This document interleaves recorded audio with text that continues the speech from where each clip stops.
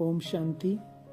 तो आज की क्लास हम शुरू करते हैं एक छोटी सी कहानी के साथ। इस छोटी सी कहानी में बहुत सुंदर सीख है। एक यूनान के महान दार्शनिक विद्वान सुकरात की कहानी है, जिनका पूरे यूनान में बहुत मान सम्मान था, बहुत नाम था। तो एक बार क्या होता है कि वो अपने कुछ शिष्यों के साथ घर में आते हैं। जब वो घर में आते हैं तो क्या होता है कि उनकी पत्नी बहुत उन पर गुस्सा करती है, कुछ ना कुछ बोलती रहती है। कर शिष्यों के साथ बैठ जाते हैं और फिर शिष्यों के साथ वार्तालाप करने लगते हैं, लेकिन सुकरात जी उसकी तरफ कोई ध्यान नहीं देते।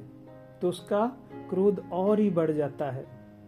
क्रोध बढ़ने के साथ सुकरात जी फिर भी उसकी तरफ कोई ध्यान नहीं देते। तो उसका क्रोध 7वें आसमान पर पहुंच जाता है और वो क्या करती है, बाहर से जो भी कूड़ा पड़ा था, कूड़ा किचड़ा बाल्टी में भरकर सारे शिष्यों के सामने उस पर फेंक देती है। और सुकरात जी मुस्कुराने लगते हैं और कहते हैं कि हमने तो ये सुना था कि जो गरजते हैं वो बरसते नहीं हैं, लेकिन आज पहली बार देखा कि जो गरजते हैं वो बरसते भी हैं। तो ये उन्होंने इस बात को मुस्कुराकर खत्म कर दिया। लेकिन उनका एक शिष्य, उसको बहुत क्रोध आया और वो कहता है कि ये स्त्री तो चुड़ैल है, इसको यहाँ से बाहर निकालो। तो सुकरात जी कहते हैं नहीं, ये तो मेरी पत्नी है और ये मेरी परीक्षा लेती है, पेपर लेती है। मुझे देखती है कि सुकरात योग्य है और कितना योग्य बना है। मुझे रोज ठोक कर देखती है। तो ये मेरी साथी है, ये मेरी पत्नी है। और मुझे भी ये पता चलता है कि मेरे अंदर कितनी सहन शक्ति आ गई और कितनी कमी है। तो ये देखकर उसकी पत्नी रोने लगती है और उनसे माफ़ी मांगती है और कहती है कि आप तो देवता हो।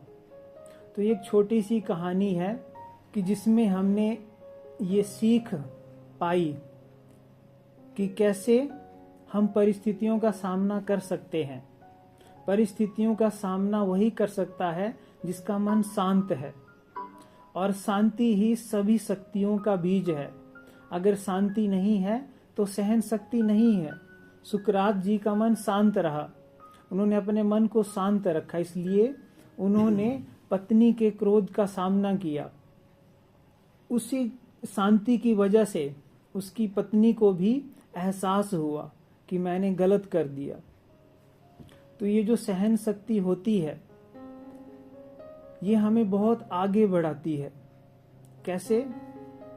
क्योंकि जब कोई परिस्थिति आती है और हमारा मन शांत रहता है, शांत मन रहता है माना कि हम सकारात्मक है, तो सकारात्मक सोच जब ब्राह्मणों की होगी हर परिस्थिति में, तो वो परिस्थिति ज्यादा दिन उनके सामने नहीं खड़ी रह सकेगी। और दूसरी क्या चीज होगी कि हमारे अंदर उस परिस्थिति को सामना करने की शक्ति आएगी। और जब सामना हम कर पाएंगे तो हम उसमें विजयी हो सकेंगे। तो बहुत सारे एग्जाम्पल ऐसे हैं कि हमारे जीवन में परिस्थितियां आती हैं, हम विचलित हो जाते हैं, क्रोधित हो जाते हैं, या कुछ ना कुछ हलचल अंदर चली रहती है और उससे हमारी जो प्रोग्रेस है वो खत्म हो जाती है। प्रोग्रेस खत्म होने से क्या होता है कि हमारी जो विजय, हमारी जो सफलता बहुत कम समय में होनी है, वो क्या होता है कि बहुत लंबा टाइम लग जाता है। एक बार एक दीदी जो सेंटर पर समर्पित थे, उनको कोई शारीरिक कर्म भोग था जो बहुत लंबे समय से था। तो उन्होंने बाबा को भोग लगवाया। उस समय बहुत सारी संदेशियां यज्ञ में थी, तो बाबा को भोग लगवाया और बाबा से पूछने को कहा कि इतना लंबा कर्म भोग मेरे साथ क्यों है, मैं इससे क्यों मुक्त नहीं बनती।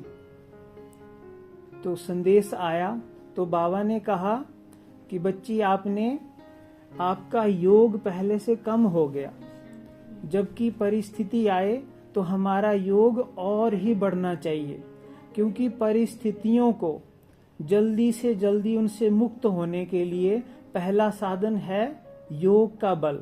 इसके सिवाय संसार में और कुछ भी कोई भी ऐसा रास्ता नहीं है जिससे हम किसी भी परिस्थिति के समय को कम कर सकें, उसका पहाड़ से उसका राई बना दे। तो एक योग की शक्ति है जो परिस्थिति को पहाड़ से राई बना सकती है, और कोई शक्ति ऐसी संसार में नहीं है। तो कर्म भोग लंबा चला क्योंकि योग में कमी आई, और अमृत वेला भी नियमित नहीं हुआ। तो अगर कोई भी आत्मा, तो बाबा ने ये सुंदर संदेश दिया था कि अगर कोई भी आत्मा परिस्थितियों के समय योग की तरफ अटेंशन नहीं देती है तो वो कर्म भोग हमारा लंबा चलेगा। अर्थात जितना हमारे ऊपर हमारे किसी भी विकर्मों का बोझ है वो उसी अनुसार लंबा चलेगा।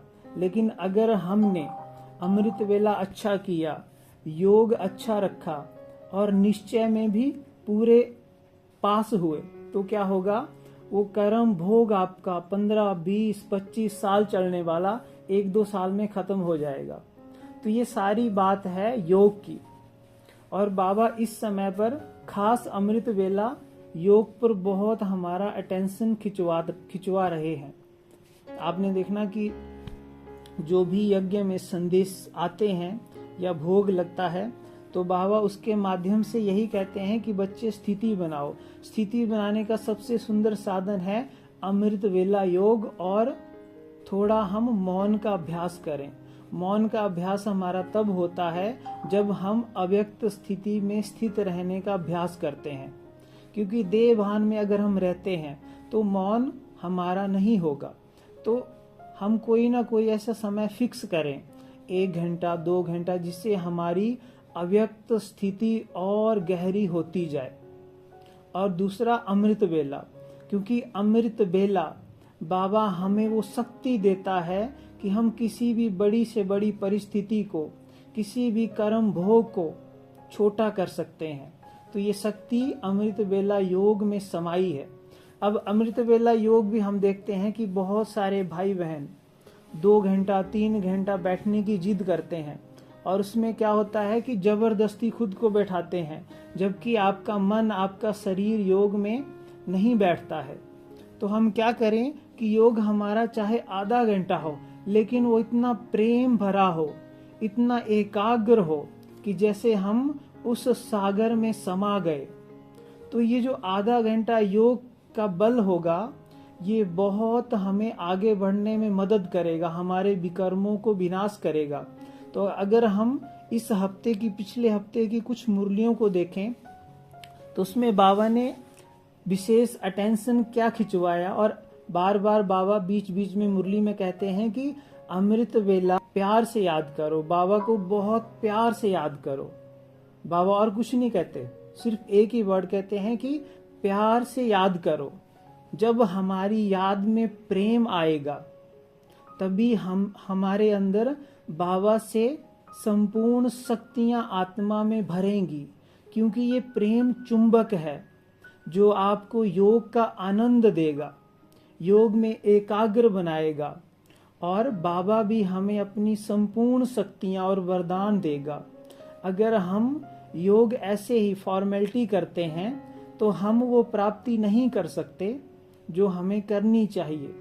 हालांकि अमृत वेला तो माना जाता है कि एक सुंदर वेला है, इसमें कोई भी उठता है तो उसको मानसिक और शारीरिक लाभ होते हैं। लेकिन हम बात कर रहे हैं उस कमाई की कि जिससे आत्मा के ऊपर जो हमारा जंक है, जो विकर्मों का बोझ है, वो नष्ट हो जाए। तो ये कमाई हमें करनी है तो बाबा को बहुत प्यार से याद करो। और प्यार याद में कब आता है? जब उससे संबंध जुड़ता है, जब हम किसी को अपना सर्वस्व मानते हैं। अगर हमारे बहुत सारे आधार हैं, बहुत सारी हमारी बुद्धि दुनिया में इच्छाओं में, चीजों में भटकती है, तो ये प्रेम बट जाता है, इस प्रेम की शक्ति क्षीण हो जाती है।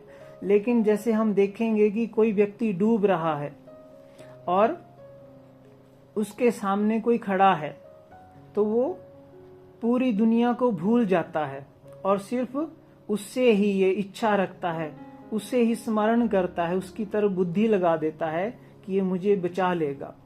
और जैसे हम देखते हैं कि जब संसार में किसी की भी नैया डूबने लगी तो इंसानों ने भगवान को पुकारा, क्योंकि कोई भी सहारा उन्हें नहीं दिखा। और बहुत सारे ऐसे इंसिडेंट हुए कि भगवान ने आकर उनकी मदद की, किसी ना किसी को आधार बना करके। तो बाबा कहते हैं कि मैं बच्चों की सेवा तो भक्ति मार्ग से करता आया हूं। तो हमें ये पहली बात पक्की करनी है कि हम अपने मन को डिस्टर्ब ना करें। डिस्टर्ब करना माना जो आपने योग में कमाई जमा की है उसको खत्म करना, पहली बात। दूसरी बात, जो हमारे आगे परिस्थिति आई है उसका हम सामना नहीं कर पाएंगे, क्योंकि मन अशांत हुआ मतलब सामना करने की शक्ति खत्म हो गई। तीसरी बात, अगर मन शांत है तो परिवार में हमारे जो आसपास हैं उनको भी वो सहारा मिलेगा, क्योंकि अगर हम अंदर से स्ट्रांग हैं, शक्तिशाली हैं, शांत है, तो वो बल सिर्फ आपके लिए नहीं लेकिन आपके पूरे परिवार के लिए और जो भी आपके साथ आत्माएं जुड़ी है उनका सहारा बनेगी। तो ब्राह्मणों का पहला काम क्या है? चाहे हम अकेले ही अपने परिवार में चल रहे हैं, लेकिन क्या है, कोई भी बात हुई, कोई भी परिस्थिति हुई, परिस्थितियों का सामना हम तो हर रोज करते हैं। या कोई बड़ी बात हो गई, किसी ने शरीर छोड़ दिया, पैसे में हमारा बिजनेस ऊपर नीचे हो गया, तो क्या करना है? हमें अपने आप को शांत रखना है। तो उससे क्या होगा, हमारा परिवार भी, उनको भी हमसे बल मिलेगा। और ये बल क्या होगा, सामना सहज हम उस परिस्थिति का कर पाएंगे। और जब सामना करने की शक्ति हमारे अंदर आती है तो हमारे संकल्प कैसे होते हैं? पावरफुल। और जब ये शक्ति क्षीण हो जाती है तो हमारे संकल्प चलते हैं नेगेटिव। नेगेटिव का मतलब ये है कि हम उस प्रॉब्लम को और लंबा खींच रहे हैं। सपोज करो वो प्रॉब्लम, अगर हम अच्छा योग करते हैं, स्थिति को शांत रखते हैं, 7 दिन चलेगी, हफ्ता चलेगी, 10 दिन चलेगी, और अगर हम नेगेटिव संकल्प उसमें मिक्स करते हैं और जब स्थिति गिरती है तो बहुत सारे नेगेटिव और व्यर्थ चलते हैं, इसका साफ साफ मतलब ये है कि हम उस परिस्थिति को और लंबा खींच रहे हैं, क्योंकि हर एक संकल्प में एनर्जी है और वो एनर्जी क्या कर रही है? आपको पीछे खींच रही है, अर्थात उस बात को, उस कर्म भोग को और लंबा बढ़ा रही है। तो फिर बाबा कहते हैं कि व्यर्थ से खुद को मुक्त करो। तो इसलिए बार बार कहते हैं कि जिनके मन में व्यर्थ नहीं है वो किसी भी परिस्थिति को जीत सकते हैं, किसी भी परिस्थिति में विजयी बन सकते हैं, ना सिर्फ खुद लेकिन दूसरों को भी बना सकते हैं। तो पहली बात हमें क्या करनी है कि हर परिस्थिति में मन को शांत रखना है। इसके लिए सबसे बड़ा जो ब्रह्मास्त्र है ज्ञान का, वो है ड्रामा। हम ड्रामा के किसी भी सीन को चेंज नहीं कर सकते हैं। बाबा ने कहा है कि अगर अभी इस डेट को, इस मिनट को, इस सेकंड को कोई मक्खी किसी स्थान से उड़ती है तो कल बाद भी वे वैसे ही उड़ेगी। तो जब बनी बनाई बन रही है, हर एक दृश्य वैसे ही चल रहा है, तो मन का रोना व्यर्थ है। लेकिन हम इस बात को उस समय भूल जाते हैं, क्योंकि ये ड्रामा का ज्ञान ही है जो हमें ब्रह्मा बाप के समान स्थिति का वरदान देता है। अगर ड्रामा का ज्ञान बुद्धि में नहीं है तो क्या है, हम साक्षी स्थिति नहीं धारण कर सकते। और बहुत बड़ी स्थिति है साक्षी स्थिति, क्योंकि आने वाले समय में ऐसी परिस्थितियां आएंगी। बाबा ने ये कहा था रमेश भाई जी से कि बच्चे, ऐसी परिस्थितियां आएंगी कि आपके सारे रिश्तेदार, जो भी आसपास के लोग हैं, वो इतने चिल्लाएंगे, आप किसी को पैसे, शारीरिक रोगों का, तो आपके सामने आएंगे कि ये कर दो, वो कर दो। तो बाबा कहते कि आपको किसी से भी कोई कर्म बंधन नहीं बनाना है। क्योंकि कर्म बंधन बनाएंगे तो इसका मतलब ये है कि आपको वो चुकतू करना पड़ेगा। और अगर आपका शरीर छूट गया और उससे वो हिसाब किताब चुकतू नहीं हुआ तो क्या होगा, आपको एक और जन्म लेना पड़ेगा और उसके संपर्क में आना पड़ेगा। तो इसलिए अब अपने आप को इस संसार से समेटते जाओ। कोई भी लौकिक लेन देन से बचो, क्योंकि यहाँ हो सकता है कि आपको कोई बात बोल दे कि ये कंजूस है, ये ऐसा है, लेकिन आप अपने कर्म बंधनों को खत्म कर रहे हैं, उनको दोबारा और बढ़ाने को, एक नया कर्म बंधन बनाने से खुद को रोक रहे हो। और जब कर्म बंधन बनाया तो क्या होगा, फिर आपको वो चुकतू करना पड़ेगा, चाहे उधार उसके ऊपर है, लेकिन उसको भी चुकाने के लिए मौका मिलेगा कि वो आपके संपर्क में आएगा, आप जन्म लेंगे और वो आपको उस हिसाब किताब को पूरा करेगा। तो इस तरह से हमें किसी के साथ धन की लेन देन नहीं करनी है। हमारी लेन देन कैसी हो, अलौकिक हो। कई बार हम सोचते हैं कि अगर हम सोसाइटी में अच्छे से नहीं चलेंगे, ये नहीं करेंगे तो हमारा कौन करेगा। इसका मतलब ये है कि निश्चय हमारा बाबा से कम हो गया। तो जब निश्चय कम हुआ तो क्या हुआ, हमने परिस्थितियों को खुद ही अपने ऊपर हावी कर लिया कि ऐसा करना चाहिए। तो इससे हमें बचना है।